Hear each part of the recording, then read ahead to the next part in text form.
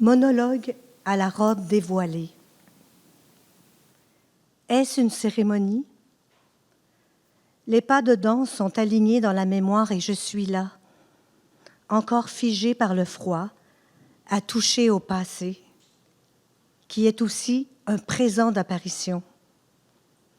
Je suis là à tenter de voir la musique, à essayer de capter le petit vent intérieur qui fait bouger la silhouette et quelques artefacts devant moi. Au début, mes pensées sont balétiques. J'imagine le jeune homme marcher léger dans les rues du faubourg, entre le fleuve et la rue Sainte-Catherine, ou peut-être ailleurs, dans la classe de ballet. Puis le mot sylphide se forme sur un mur de la galerie. Je les pensais endormis entre les tombes et les ruines, comme moi, un jour, dans ma sombre ménagerie.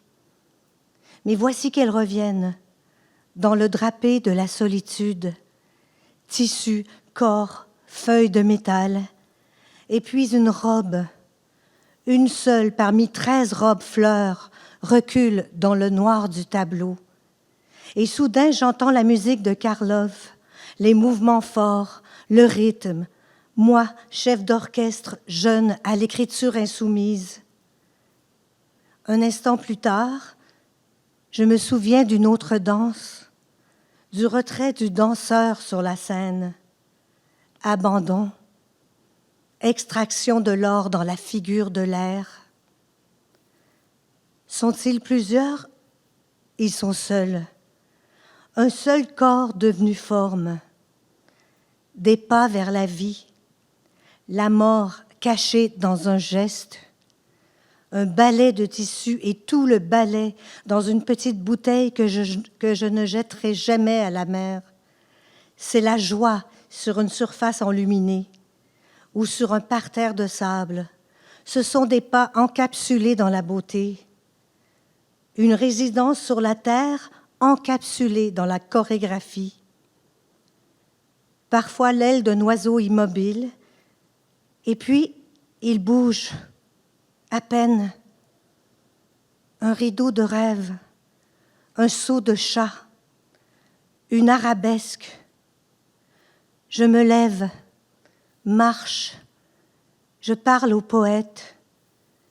Je réfléchis sans miroir, car j'ai plutôt étudié le vocabulaire du flamenco. Il n'empêche que j'enfile la robe au vert tendre, et la même tension est à l'œuvre. Le temps est la répétition du mouvement. Je me souviens de Tommy, le garçon sourd, muet, aveugle. Je me souviens de son désir, qu'il voulait tant être touché, que son musée musical silencieux soit entendu et vu, que les franges de son costume racontent une histoire et que cette histoire se déploie dans le monde. Je me souviens de ma propre férocité, de ma soif, et ensuite des choses et des êtres qui survivent, comme le désarroi de la petite Clara, le passage de multiples salles de la féerie à une vérité ombragée. Oui, il y a du chagrin ici. Mais je me retourne vers le papillon du premier costume peint et je recommence. Je me demande comment écrire le mouvement, comment trouver le langage pour les grandes émotions et pour celle qui est la plus petite bulle de folie qui nous échappe et qui a pour nom risque, la chute, celle qui a le pouvoir de tout transformer. Comment faire pour que la danse appartienne au monde du commun, comme des poussées d'arbres dans une forêt? Comment faire pour ne pas détruire, pour instaurer un niveau de patience dans l'apprentissage? Comment mesurer le passé à l'aune de l'avenir? Voici un homme passionné et humaniste, un morceau de tissu entre les mains d'une artiste, des histoires qui chuchotent et se réactivent dans la chorégraphie muséale.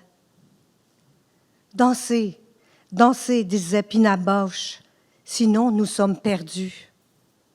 Dansons, dansons, et n'oublions rien. Merci.